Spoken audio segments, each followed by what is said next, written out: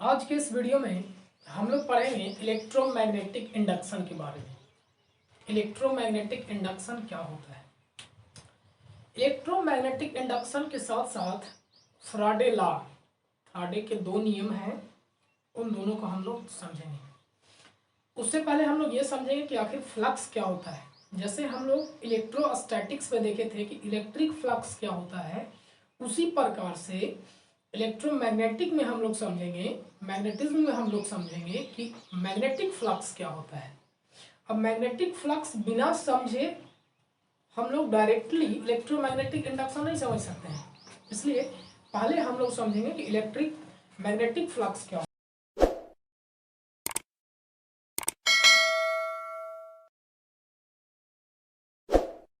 है। देखिए, magnetic flux जैसे इलेक्ट्रिक फ्लक्स था कि थोड़ा सा ध्यान दीजिएगा, अभी हम इलेक्ट्रिक फ्लक्स की बात कर रहे हैं।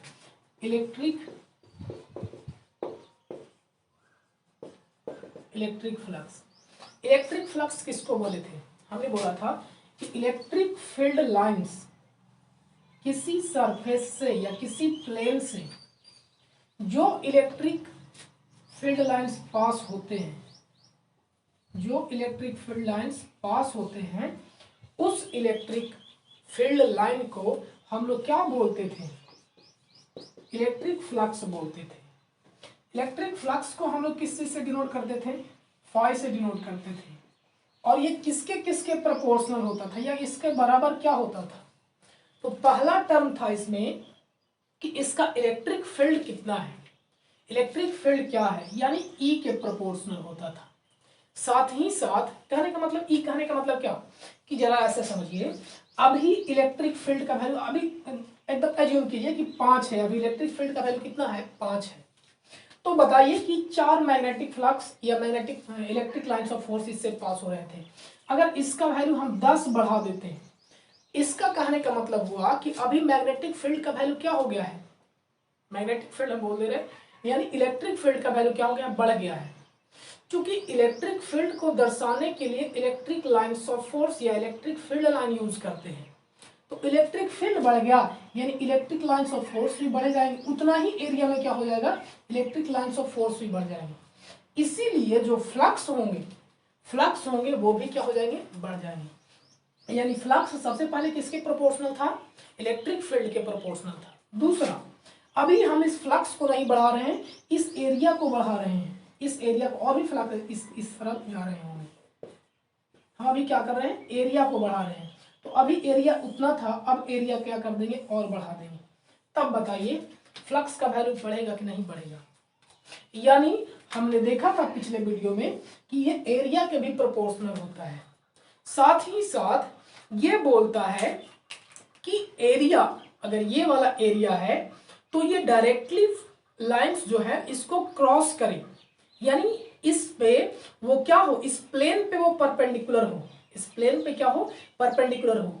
जरा बताइए, थोड़ा याद कीजिए कि हमने आपको बताया था कि अगर एरिया है तो एरिया का डायरेक्शन किधर होता है? एरिया के परपेंडिकुलर होता है एरिया का डायरेक्शन, यानी इनके डायरेक्शन ये वाला है। इस एरिया के लिए डायरेक्शन क्या है? इधर है। तो हम यहां बता रहे हैं कि अगर ये इलेक्ट्रिक लाइंस हैं तो ये लाइंस इसको डायरेक्टली क्या करे? क्रॉस करे, इस प्लेन पे परपेंडिकुलर हो, तब उसको हम लोग फ्लक्स बोलेंगे। या दूसरा, एरिया के डायरेक्शन के पैरेलल हो। क्या हो? एरिया के डायरेक्शन के अगर पैरेलल होगा तो ऑटोमेटिक सी बात है कि इसके प्लेन पे क्या होंगे? परपेंडिकुलर होंगे। जरा बताइए कि अगर ये परपेंडिकुलर ना हो करके, अच्छा एक बात यहां देखिए, ये अगर एरिया है तो इस एरिया का डायरेक्शन किधर होगा? इधर ही होगा। और फ्लक्स फील्ड का डायरेक्शन किधर है? इधर ही है। यानी फील्ड का डायरेक्शन और एरिया का डायरेक्शन दोनों अगर सेम है, इसका मतलब ये हो रहा है कि वो उस एरिया पे क्या होगा? परपेंडिकुलर होगा। और यही बात तो बताया जा रहा है। लेकिन ये डिफिनेशन में इलेक्ट्रिक फ्लक्स में परपेंडिकुलर होना चाहिए। जरा बताइए, अगर ये परपेंडिकुलर नहीं होता तब क्या होता? ये हमने क्या बना दिया है? एरिया बना दिया है। अब जरा बताइए कि ये डायरेक्टली इसमें परपेंडिकुलर ना होकर के वो तिरछा कुछ पास करे, कुछ एंगल के साथ पास करे, तब क्या होगा वैल्यू? तब यहां पे एक टर्म आया था कॉस थीटा। कॉस थीटा, यही हमने फ्लक्स का वैल्यू बताया था, जहां पर ये थीटा का वैल्यू क्या था, थीटा का जो वैल्यू था वो angle between electric field and direction of area, ये था इलेक्ट्रिक फ्लक्स के लिए। अब इसी के सिमिलर होता है मैग्नेटिक फ्लक्स भी, इसी के सिमिलर होता है। क्या होता है? Magnetic flux. अब मैग्नेटिक फ्लक्स को, चूंकि मैग्नेटिक फील्ड को हम लोग डिनोट करते हैं बी से, हमने पिछले वीडियो में आपको एच बताया था, एच से भी होता है, जनरली बी से किया जाता है। तो इस मैग्नेटिक फील्ड के फ्लक्स को दिखाने के लिए, इससे डिफरेंट करने के लिए, इसको हम डायरेक्टली फाइव भी लिख सकते हैं या फाइव बी से भी डिनोट करते हैं। अब जरा बताइए कि मैग्नेटिक फ्लक्स बराबर क्या होगा। हमने बताया इसी के जैसा सिमिलर है, तो मैग्नेटिक फ्लक्स होगा कि वैसे मैग्नेटिक लाइंस ऑफ फोर्स या मैग्नेटिक फील्ड लाइंस, ध्यान से सुनिएगा, मैग्नेटिक फ्लक्स के लिए वैसे magnetic lines, magnetic field lines जो उस एरिया के या उस प्लेन पे क्या हो, परपेंडिकुलर हो। अब आप इसको इलेक्ट्रिक फ्लक्स ना मान करके क्या मानेंगे, इलेक्ट्रिक फील्ड नाम, आप इसको इलेक्ट्रिक फील्ड ना मान करके मैग्नेटिक फील्ड मानिए। क्या मानिए? Magnetic field. अब आप मैग्नेटिक फील्ड माने, इसको बी से नोट करते हैं, एच से भी होता है, यानी मैग्नेटिक फील्ड हुआ ये। अब इस मैग्नेटिक फील्ड को हम लोग किससे डिनोट कर रहे हैं? मैग्नेटिक लाइन से डिनोट कर रहे हैं, मैग्नेटिक फील्ड लाइन से डिनोट कर रहे हैं। तो मैग्नेटिक फ्लक्स बोलता है कि वैसा magnetic lines, magnetic field lines जो उस एरिया पे क्या हो, उस सरफेस पे, उस प्लेन पे क्या हो, परपेंडिकुलर हो, जो कि हमने पिछले फ्लक्स में भी देखा था। तो परपेंडिकुलर वाला सेम केस हो जाएगा। अब यहाँ पे सिर्फ और सिर्फ क्या हो जाएगा, ई के जगह पे क्या हो जाएगा, बी हो जाएगा, यानी फाइव बी बराबर क्या हो जाएगा, बी इंटू ए इंटू कॉस फाइव। ये होता है क्या, मैग्नेटिक फ्लक्स। फिर से एक बार, मैग्नेटिक फ्लक्स बोलेंगे किसको, मैग्नेटिक फ्लक्स किसको बोलेंगे, तो वैसे मैग्नेटिक फील्ड लाइंस जो उस एरिया पे या उस कॉइल पे क्या हो, परपेंडिकुलरली क्या कर जाता है, क्रॉस करता है, किसी एरिया पे परपेंडिकुलरली क्या करता है, उस एरिया को क्रॉस करता है, उस सरफेस को क्या करता है, क्रॉस करता है, तब हम लोग क्या बोलते हैं, उसको मैग्नेटिक फ्लक्स बोलते हैं। और मैग्नेटिक फ्लक्स किसके किसके प्रोपोर्शनल होगा, मैग्नेटिक फील्ड लाइंस के या मैग्नेटिक फील्ड के एरिया के, और साथ ही साथ कोस थीटा के। यहाँ पे थीटा क्या होगा, थीटा क्या होगा, एंगल बिटवीन, यहाँ पे इलेक्ट्रिक फील्ड ना होकर के क्या हो जाएगा, मैग्नेटिक फील्ड हो जाएगा। क्या हो जाएगा, मैग्नेटिक फील्ड हो जाएगा, magnetic field and direction of area या प्लेन, डायरेक्शन ऑफ एरिया हो जाएगा, ये सरफेस हो जाएगा। ये था मैग्नेटिक फ्लक्स।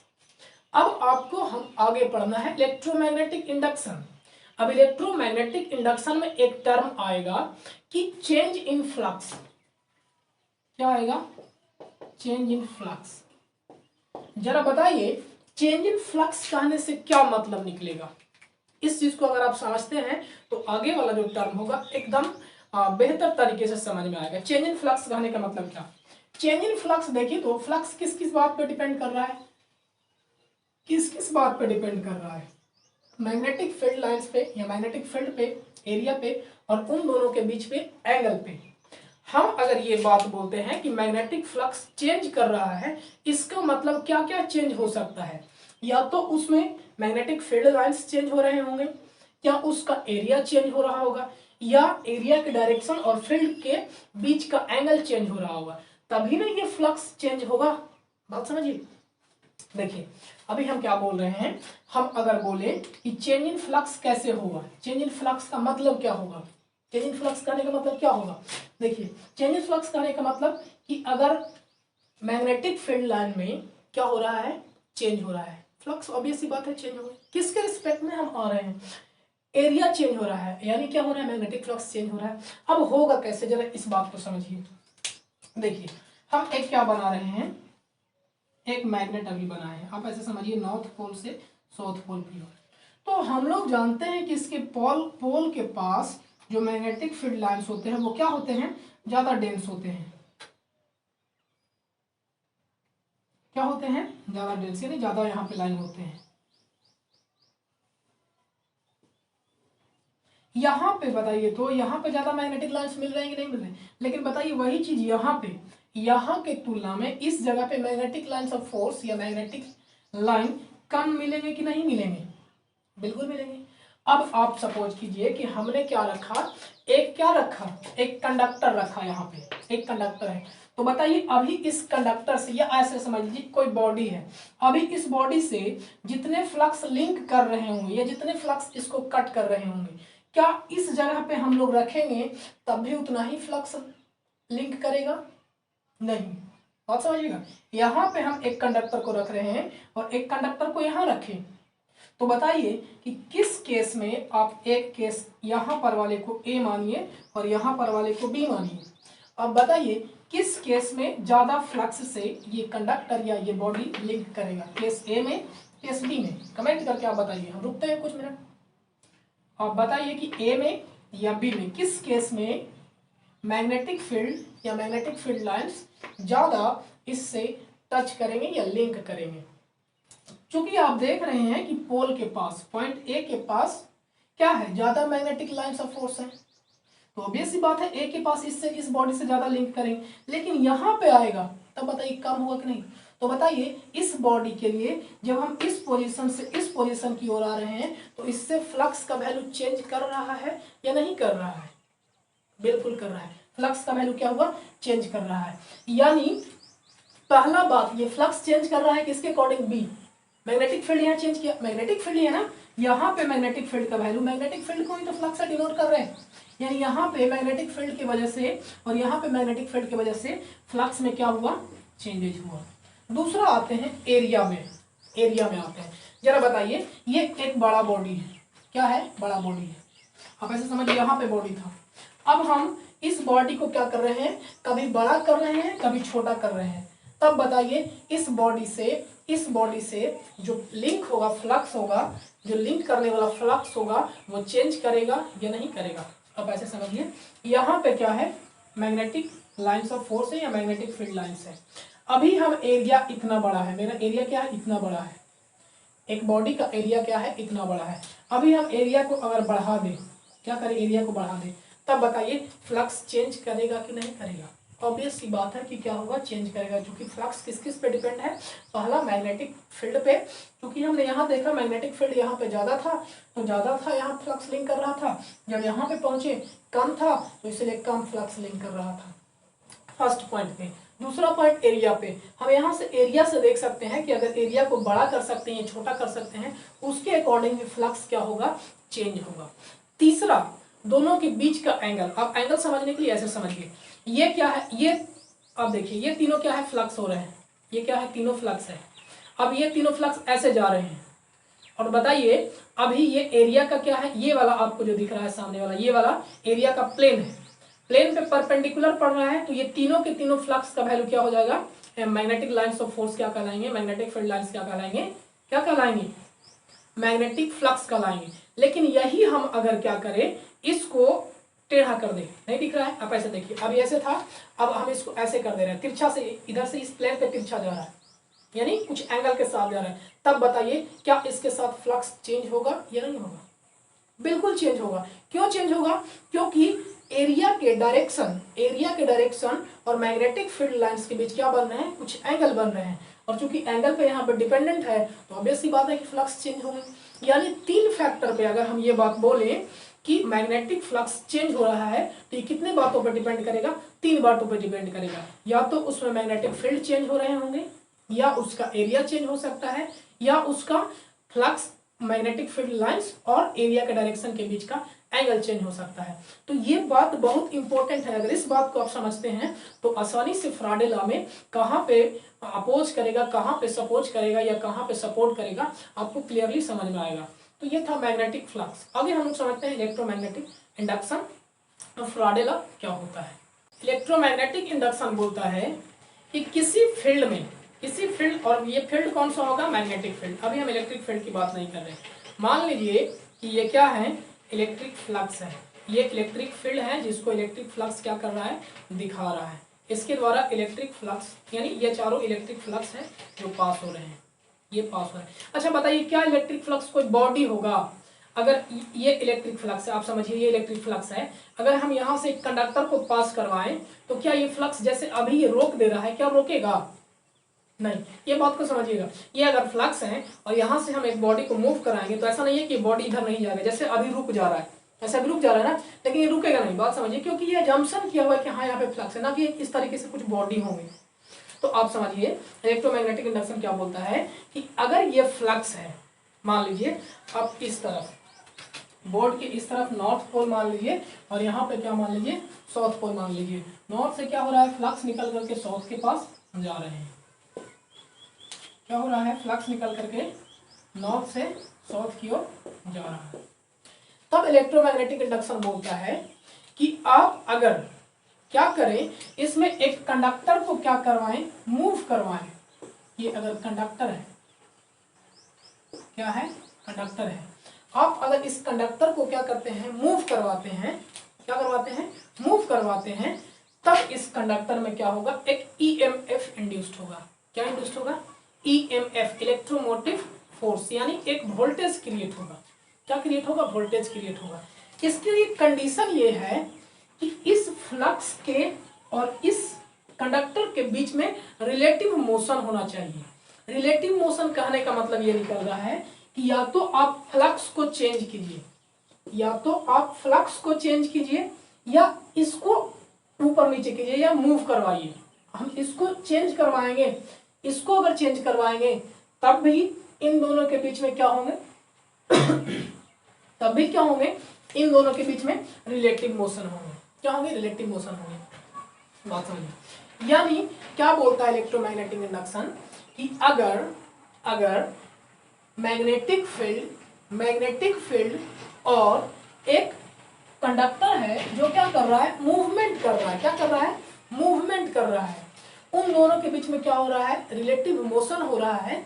तब उस कंडक्टर में क्या होंगे, एक ईएमएफ इंड्यूस्ड होगा। क्या होगा, एक ईएमएफ इंड्यूस्ड होगा, एक वोल्टेज इंड्यूस्ड होगा। और अगर ये जो कंडक्टर है वो क्लोज लूप है, क्लोज लूप कहने का मतलब कि वो पूरा सर्किट बनाता है। सर्किट बनाने कहने का मतलब ये कंडक्टर है, इसमें हम कोई गैल्वेनोमीटर लगा दें और ये, तब इसमें क्या होगा, करंट का क्या होगा, कंडक्शन होगा, यानी करंट स्टार्ट हो जाएगा। करंट फ्लो कब होगा, जब इन दोनों के बीच क्लोज लूप बनेगा, यानी पूरा सर्किट कंप्लीट होगा, तब करंट फ्लो होगा। लेकिन अगर क्लोज लूप नहीं बन रहा है तब इसमें क्या इंड्यूस्ड होंगे, ईएमएफ, इलेक्ट्रोमोटिव फोर्स, यानी एक वोल्टेज क्रिएट होगा। और इसी को हम लोग क्या बोलते हैं, क्या लिखा हुआ है, इलेक्ट्रोमैग्नेटिक इंडक्शन। क्या बोलेंगे इसको, इलेक्ट्रोमैग्नेटिक इंडक्शन। और ये जो लॉ है ये कौन दिया, ये कौन लॉ दिया, फ्राडे। कौन दिए, फ्राडे एक साइंटिस्ट का नाम है जिन्होंने ये नियम दिया। और इस लॉ को कौन सा लॉ बोलते हैं, फ्राडे का फर्स्ट लॉ बोला जाता है। क्या बोला जाता है, फ्राडे फर्स्ट लॉ। इसके बाद हम लोग और डिटेल में समझते हैं कि आखिर कैसे इसमें ईएमएफ इंड्यूस्ड होता है। अच्छा, ये बात हम नहीं बता रहे, ये एक नियम है और ये एक्सपेरिमेंटली किया हुआ है। एक्सपेरिमेंट करके ये बताया गया कि हाँ हम ऐसा करते हैं तब इसमें ईएमएफ इंड्यूस्ड होता है। बात समझ में आ रहा है।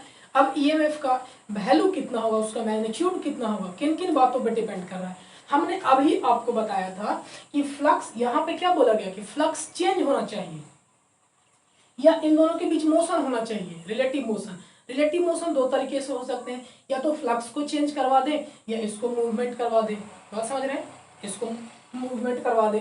हमने अभी तुरंत बताया आपको कि फ्लक्स चेंज कहने का मतलब क्या हो सकता है। फ्लक्स चेंज कहने का मतलब हो सकता है, तीन टर्म में बताए थे, अभी आपको तीन टर्म बताया ना। फ्लक्स चेंज करने का मतलब, फ्लक्स चेंज करने का मतलब तीन टर्म हमने बताया, एक मैग्नेटिक फील्ड, एरिया और साथ ही साथ दोनों के बीच का एंगल। तो फ्लक्स चेंज अगर हम बोलते हैं तो वो तीनों फैक्टर पर ध्यान रखिएगा। दूसरा, सेकेंड लॉ बताता है कि जो ईएमएफ इंड्यूस्ड होगा वो किसके बराबर होगा, तो वो बराबर होगा चेंज इन फ्लक्स के। चेंज इन फ्लक्स के क्या होगा, बराबर होगा। ये कौन बताता है, सेकेंड लॉ बताता है। फर्स्ट लॉ क्या बताया, फर्स्ट लॉ बताया कि ईएमएफ इंड्यूस्ड होंगे। क्या होंगे, ईएमएफ इंड्यूस्ड कब होंगे, अगर फ्लक्स क्या हो रहा है, चेंज हो रहा है, तब क्या होंगे, उसमें ईएमएफ इंड्यूस्ड होगा। सेकेंड लॉ बताता है कि उस ईएमएफ का जो वैल्यू होगा, उस ईएमएफ का जो वैल्यू होगा वो चेंज इन फ्लक्स के क्या होगा, प्रोपोर्शनल होगा या उसके बराबर होगा। अब ऐसे समझते हैं, देखिए फ्लक्स को दिखाने के दो तरीके होते हैं। आप ऐसे समझिए, हमको अभी अगर दिखाना है कि फ्लक्स यहाँ इस तरफ से उधर जा रहा है, बोर्ड से यानी इधर से इधर जा रहा है। अब इस चीज को कैसे दिखाएंगे, याद रखने का तरीका समझिए। ट्रेन जब जाता है तो उसके पीछे क्रॉस लिखा हुआ रहता है, लिखा हुआ रहता है। आप समझिए कि जब इधर से जा रहा है यानी दूर जा रहा है फ्लक्स, तो हम उसको दिखाएंगे कि हाँ ये क्रॉस से समझिए, यानी यहां से आप समझ सकते हैं कि ये क्या दिखाया हुआ है, फ्लक्स को दिखाया हुआ, यानी फ्लक्स इधर से क्या हो रहे हैं, इस डायरेक्शन में क्या हो रहे हैं, जा रहे हैं। यानी इधर से किधर से, बाहर से अंदर की ओर जा रहे हैं, यानी इनवर्ड है, इनवर्ड यानी इनवर्ड है। लेकिन इधर से बाहर आ रहा है, उधर से बाहर आ रहा है, तब हम लोग उसको दिखाते हैं कि हाँ उधर से कुछ निकलता हुआ आ रहा है। क्या हो रहा है, उधर से कुछ निकलता हुआ आ रहा है, और वो निकलता हुआ चीज क्या है, फ्लक्स है। तो ये है आउटवर्ड फ्लक्स का सिंबल और ये है इनवर्ड फ्लक्स का सिंबल। अब देखिए हमने क्या किया, इस क्या है यहाँ पे, क्या है यहाँ पे, ये फ्लक्स क्या हो रहा है, उधर से निकल रहे हैं, क्या हो रहे हैं, निकल रहे हैं, फ्लक्स क्या उधर से निकल रहा है। अब हमने क्या किया, इसमें क्या रखा, एक कॉइल रखा, क्या रखा, एक कॉइल। कॉइल कहने का मतलब ऐसे समझिए, ये एक क्या है, एक कॉइल है, क्या है, कॉइल है। कॉइल कहने का मतलब क्या, ये वायर का लपेटा हुआ है। तो यहां पे ये बता रहा है कि अगर एक टर्न होंगे इसमें तब कुछ ईएमएफ इंड्यूस्ड होगा, लेकिन जरूरी है कि एक कॉइल में पूरा का पूरा कॉइल में एक ही टर्न का वायर होगा, वो कॉइल होगा नहीं, ढेर सारे का होगा। एन टर्न का होगा तो यहाँ पे एन होता है, यही बात। यानी जो ईएमएफ इंड्यूस्ड होगा वो क्या होगा, चेंज इन फ्लक्स के प्रोपोर्शनल होगा, साथ ही साथ इतने टर्न है, अगर एन टर्न के लिए क्या हो जाएंगे, एन इंटू फ्लक्स ईएमएफ। तो ये था इसका फ्राडे का सेकेंड लॉ। अब हम इस बात पे आएंगे कि कैसे वो क्या होता है और आखिर क्या कितना वैल्यू होता है, कैसे कैसे कहाँ पे इंड्यूस्ड होगा फ्लक्स। उससे पहले हम लोग डायरेक्शन समझेंगे कि आखिर जो वोल्टेज इंड्यूस्ड होता है उसका डायरेक्शन क्या होता है, जो वोल्टेज इंड्यूस्ड होता है उसका डायरेक्शन क्या होता है। तो जो वोल्टेज के डायरेक्शन को दिखाने के लिए एक नियम है, कौन सा नियम है, लेंज लॉ। क्या है, लेंज लॉ। यानी जो वोल्टेज प्रोड्यूस्ड हो रहा है उसके बारे में कौन बताया, फ्राडे लॉ ने बताया। फ्राडे ने बताया कि हाँ इतना वोल्टेज प्रोड्यूस होगा या ये प्रक्रिया होंगे तब क्या होंगे, वोल्टेज प्रोड्यूस होंगे। लेकिन जो वोल्टेज प्रोड्यूस होगा उसका डायरेक्शन क्या होगा, ये कौन बताया, ये लेंज लॉ बताता है। अब क्या है लेंज लॉ, ये बोलता है कि जिसके कारण क्या हो रहा है, इसमें ईएमएफ इंड्यूस्ड हो रहे हैं। किसके कारण ईएमएफ इंड्यूस्ड हो रहे हैं, जिस भी वजह से ईएमएफ इसमें इंड्यूस्ड हो रहा है, वजह क्या था जरा बताइए, चेंज इन फ्लक्स था, ये दोनों के बीच का मोशन था, जिसके वजह से इसमें ईएमएफ इंड्यूस्ड हो रहे हैं, उसी वजह को ये क्या करता है, अपोज करता है। कौन अपोज करता है जरा बताइए, कौन अपोज करता है, ये जो ईएमएफ इंड्यूस्ड होता है ये अपोज करता है। समझ रहे बात को, ईएमएफ ऐसा इंड्यूस्ड होता है कि जो इसको प्रोड्यूस किया या इंड्यूस्ड किया उसी को ये क्या कर रहा है, अपोज कर रहा है। बात समझ रहे हैं। अब कैसे अपोज कर रहा है इस चीज को जरा समझिए। मान रहे हैं कि फ्लक्स उधर से आ रहा है, जिसकी वजह से यहाँ पे क्या हो रहा है, इसमें अब ईएमएफ इंड्यूस्ड तभी होगा जब चेंज इन फ्लक्स होंगे। ध्यान से सुनिएगा, चेंज इन फ्लक्स होगा, ये रिलेटिव मोशन दोनों के बीच में होंगे। रिलेटिव मोशन कैसे होगा, इस बात को हम अभी थोड़ा सा दूर रखते हैं, दोनों के बीच में रिलेटिव मोशन कैसे होगा, बस इतना समझिए कि दोनों के बीच रिलेटिव मोशन हो रहा है, रिलेटिव मोशन हो रहा है, उसके वजह से क्या हो रहा है, इस कॉइल में क्या हो रहा है, ईएमएफ इंड्यूस्ड हो रहा है। क्योंकि ईएमएफ इंड्यूस्ड हो रहा है और ये अभी क्लोज्ड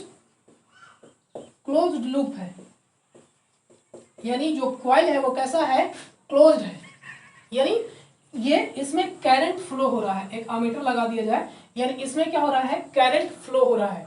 तो करंट फ्लो हो रहा है, करंट फ्लो किसकी वजह से होता है, ये वोल्टेज प्रोड्यूस हो रहा है तभी ना इसमें करंट फ्लो हो रहा है। अब बोल रहा है कि जो वोल्टेज प्रोड्यूस होता है वो ऐसा होता है कि जिसकी वजह से ये हो रहा था उसी को अपोज करें। आप जरा याद कीजिए, हमने आपको एक बताया था कि अगर ये एक कॉइल है, ये एक कॉइल है, तो इस कॉइल में अगर करंट फ्लो हो रहा है तब क्या होता है, वो एक फील्ड बनाता है। क्या होता है, वो एक फील्ड बनाता है, और उस फील्ड का डायरेक्शन किधर होता है, उसके लिए हमने आपको बताया था थंब रूल। जरा बताइए, अगर हम इस करंट में बता दें करंट का डायरेक्शन किधर है, इस डायरेक्शन में है। अब आप इसमें लगाइए थंब रूल और बताइए कि इसमें जो फ्लक्स का सेटअप होगा वो किस डायरेक्शन में होगा, फ्लक्स का सेटअप किस डायरेक्शन में होगा। आप अगर ऐसे लगाते हैं यानी उधर से निकलता हुआ आएगा, उधर से क्या हो रहा है, निकलता हुआ आ रहा है, तो बताइए उधर से निकलता हुआ रहा है इधर से जा रहा है, और जाने वाले को हम लोग कैसे दिखाते हैं, ये वाला फ्रेंड्स। अभी हम बाहर वाले सरफेस को दिखा रहे हैं कि इधर से फ्लक्स क्या होगा, जाएगा, और उधर से क्या होगा, निकलता हुआ रहेगा। यानी यहाँ पे करंट ऐसे फ्लो होंगे, इस कॉइल में करंट इस डायरेक्शन में फ्लो होगा, करंट इस डायरेक्शन में फ्लो होगा कि जिसके वजह से ये इंड्यूस्ड हो रहा है उसी को क्या करेगा, अपोज कर रहा था। और इंड्यूस्ड होने का कारण कौन था, इसका फ्लक्स के वजह से। तो अब इसमें करंट ऐसे फ्लो होगा कि इस फ्लक्स जो फ्लक्स के वजह से ये इसमें करंट इंड्यूस्ड हुआ उसी को अपोज करे। तो बताइए, तो फ्लक्स वो किधर, ये क्या दिखा रहा है, इधर से जा रहा है, ये नहीं दिखा रहा कि फ्लक्स इधर से जा रहा है। तो जरा बताइए कि उसको अपोज करने के लिए फ्लक्स किधर से आना चाहिए, फ्लक्स इधर यानी उधर से आता हुआ रहेगा। ऐसा करंट फ्लो होगा इसमें, इस कॉइल में, कि क्या हो कि जो इस कॉइल की वजह से फ्लक्स बनेगा। ध्यान रखिएगा, एक तो पहले वाला फ्लक्स था इसमें, जिसकी वजह से इसमें क्या हो रहा है, कॉइल में ईएमएफ इंड्यूस हो रहा है। अब ईएमएफ इंड्यूस हुआ तो इसमें करंट फ्लो होगा। अब इस करंट की वजह से भी अपना क्या बनेगा, एक फील्ड बनाएगा। जब करंट फ्लो होता है तब भी क्या होता है, फ्लक्स सेटअप करता है। पहले से तो जो फ्लक्स था वो था ही, लेकिन इसमें करंट होने की वजह से ये भी क्या करता है, अपना एक फ्लक्स सेटअप करेगा। फ्लक्स सेटअप क्यों करेगा, क्योंकि इसमें करंट फ्लो हो रहे हैं। करंट क्यों फ्लो रहे हैं, क्योंकि इसमें ईएमएफ इंड्यूस्ड हो रहा है। और ये फ्लक्स जो सेटअप करेगा, यानी इस कॉइल के द्वारा ऐसा फ्लक्स सेटअप करेगा कि जो इसको इंड्यूस्ड कर रहा है उसी को क्या करेगा, ये अपोज करेगा। तो बताइए, हम करंट का डायरेक्शन इधर दें या इधर दें, हम ए में दें या बी वाला होगा, ए वाला होगा या बी वाला, आप लोग बताइए, ए वाला या बी वाला, कि इसको क्या करे, वो अपोज करे। अब आप क्या कीजिए, थंब रूल लगाइए, फिर से क्या लगाइए, थंब रूल लगाइए थंब रूल। तो बताइए हमको क्या करना है, फ्लक्स को अभी इधर से जा रहा है, यानी फ्लक्स उधर से आएगा तब इसको क्या करेगा, अपोज करेगा। और उधर से कब आएगा, जब ये वाला इस तरीके से हो। तो बताइए करंट का डायरेक्शन किधर होना चाहिए, इस डायरेक्शन में, यानी ए वाला सही है। यानी इसमें जो करंट फ्लो होगा वो किस डायरेक्शन में फ्लो होगा, इस डायरेक्शन में करंट फ्लो होगा। बात समझ में आ रहा है। और करंट फ्लो इस डायरेक्शन में होगा, कहने का मतलब क्या हुआ, यहाँ पे पॉजिटिव टर्मिनल और यहाँ पे नेगेटिव टर्मिनल, यानी इस डायरेक्शन में क्या होंगे, ईएमएफ क्या होगा, इंड्यूस्ड होगा इसमें। बात समझ में आ रहा है। तो ये था लेंज लॉ। अब हम लोग अलग अलग कॉइल लेकर के देखते हैं कि कब और कहां पे ईएमएफ इंड्यूस्ड होगा, कहां पे उन दोनों के बीच में मोशन होगा और ईएमएफ इंड्यूस्ड होगा। ये हमने एक फ्लक्स बनाया, जो फ्लक्स क्या हो रहा है, उधर से निकल रहा है, फ्लक्स क्या हो रहा है, उधर से निकल रहा है। हमने एक क्या रख दिया, कॉइल रख दिया, क्या रख दिया, कॉइल रख दिया। सपोज कीजिए कि इसके एरिया में क्या हो रहा होगा, चेंज हो रहा होगा, या कुछ और भी वजह होगा जिसकी वजह से इसमें क्या हो रहे हैं, ईएमएफ इंड्यूस्ड हो रहा है और करंट क्या हो रहा है, फ्लो हो रहा है। आप बताइए कि इसमें करंट का डायरेक्शन कौन वाला होगा। हम दो लिख रहे हैं, एक ए और दूसरा बी। कौन सा डायरेक्शन होगा, करंट वाला। आप फिर से दिमाग लगाइए कि ये वाला जो आपको दिख रहा है फ्लक्स, यानी जो पहले से फ्लक्स है वो सेटअप हो रहा है, यानी फ्लक्स निकल रहा है इस तरीके से। इसमें कैसे करंट फ्लो होगा, इस कॉइल में किस डायरेक्शन में करंट फ्लो होगा कि इस वाले को क्या करे, अपोज करे। क्योंकि फ्लक्स निकल रहा है तो हमको क्या करना है, इस बार फ्लक्स को अपोज करना है, यानी इस डायरेक्शन में जाना चाहिए। और ये रहा कॉइल। कॉइल में करंट का अगर डायरेक्शन पता करना है या फील्ड का डायरेक्शन पता करना है तो हम लोग थंब रूल लगाते हैं। तो अगर इस डायरेक्शन में करंट फ्लो होगा, इस डायरेक्शन में, तो जरा बताइए कि जिधर पहले से फ्लक्स जो आ रहा था उसको ये क्या कर रहा है, सपोर्ट कर रहा है। क्या ये सही होगा, नहीं, यानी ये वाला सही नहीं होगा। अब इस वाले को देखते हैं, इस डायरेक्शन में, यानी ये क्या कर रहा है, अगर ऐसे इस कॉइल में करंट फ्लो होता है तब इसका फ्लक्स जो सेटअप होगा इस तरीके से होगा, यानी इस तरीके से इधर निकलता हुआ है। यानी पहले वाले फ्लक्स को क्या करेगा, अपोज करेगा। इस तरीके से इसमें क्या होगा, करंट का कंडक्शन होगा। दूसरा देखते हैं, एक क्या है, ये कंडक्टर है, क्या है, ये कंडक्टर है, क्या है, कंडक्टर है। अब कंडक्टर है, इसमें करंट फ्लो हो रहा है, आई करंट फ्लो हो रहा है। अब ध्यान समझिएगा, हमने एक बॉडी यहाँ पे रख दिया है, क्या रख दिया है, एक बॉडी रख दिया है, या बॉडी समझिए या कॉइल समझिए, कॉइल समझिए, ठीक है।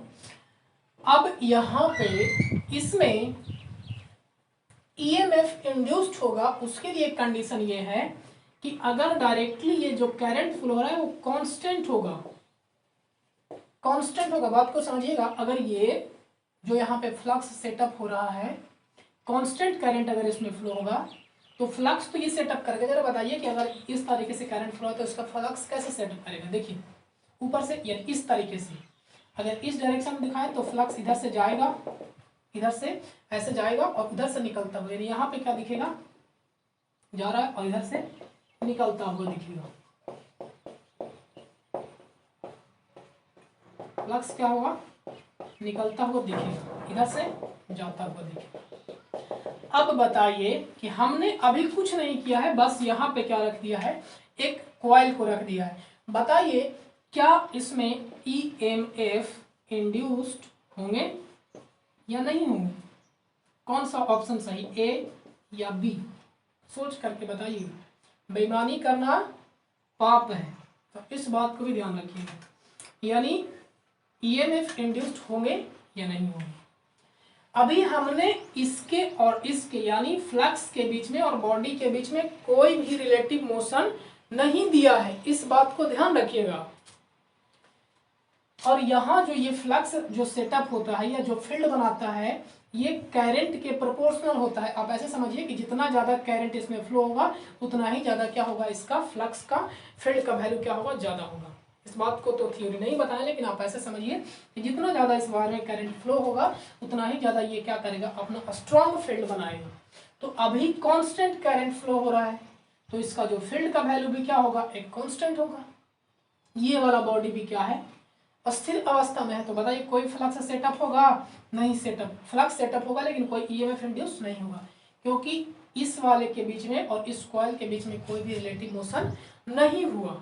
लेकिन दूसरा कंडीशन आते हैं, हम इस करंट के वैल्यू को क्या कर दें, कांस्टेंट ना रख करके वेरिएबल कर दें। क्या कर दें, वेरिएबल कर दें। अब वेरिएबल कर दे कहने का मतलब क्या, एसी अगर आप लोग करंट पढ़े होंगे तो एसी में क्या होता है, करंट का वैल्यू क्या होता है, चेंज होता है कि नहीं, चेंज। यानी एसी के केस में अगर हम एसी यहाँ पे दे दें तो देखिए एसी में दो केसेस आ जाते हैं। पहला केस तो हो जाएगा कि एक बार जब यहाँ से करंट का वैल्यू यहाँ तक जाएगा, तब बताइए कि इसमें करंट का वैल्यू क्या हो रहा है, बढ़ रहा है। यानी करंट का वैल्यू एक बार बढ़ेगा, यानी फ्लक्स का वैल्यू क्या हो जाएगा, यानी फील्ड का वैल्यू यहाँ पे क्या हो जाएगा, फील्ड का वैल्यू क्या होगा, इंक्रीज होगा। क्या होगा, इंक्रीज होगा। और जब यहाँ से यहाँ आएगा तब क्या होगा, वैल्यू यहाँ पे डिक्रीज होगा। यानी फील्ड करंट का वैल्यू डिक्रीज हो रहा है तो इसके फील्ड का ही वैल्यू क्या हो रहा है, डिक्रीज हो रहा है। और फील्ड का वैल्यू डिक्रीज हो रहा है, हमने अभी आपको बताया था फाई बराबर बी ए कॉस फाई। फ्लक्स चेंज तभी करेगा जब इन तीनों में से किसी को एक को क्या होना चाहिए, चेंज करना चाहिए। क्योंकि हम यहाँ पे बता रहे हैं कि फ्लक्स जो सेटअप हो रहा है वो किसकी वजह से सेटअप हो रहा है, करंट फ्लो होने की वजह से। और करंट फ्लो होने की वजह से फील्ड बन रहा है, क्या बन रहा है, एक फील्ड बन रहा है। और फील्ड का वैल्यू करंट के प्रोपोर्शनल है। इसका फॉर्मूला होता है बी बराबर क्या होता है,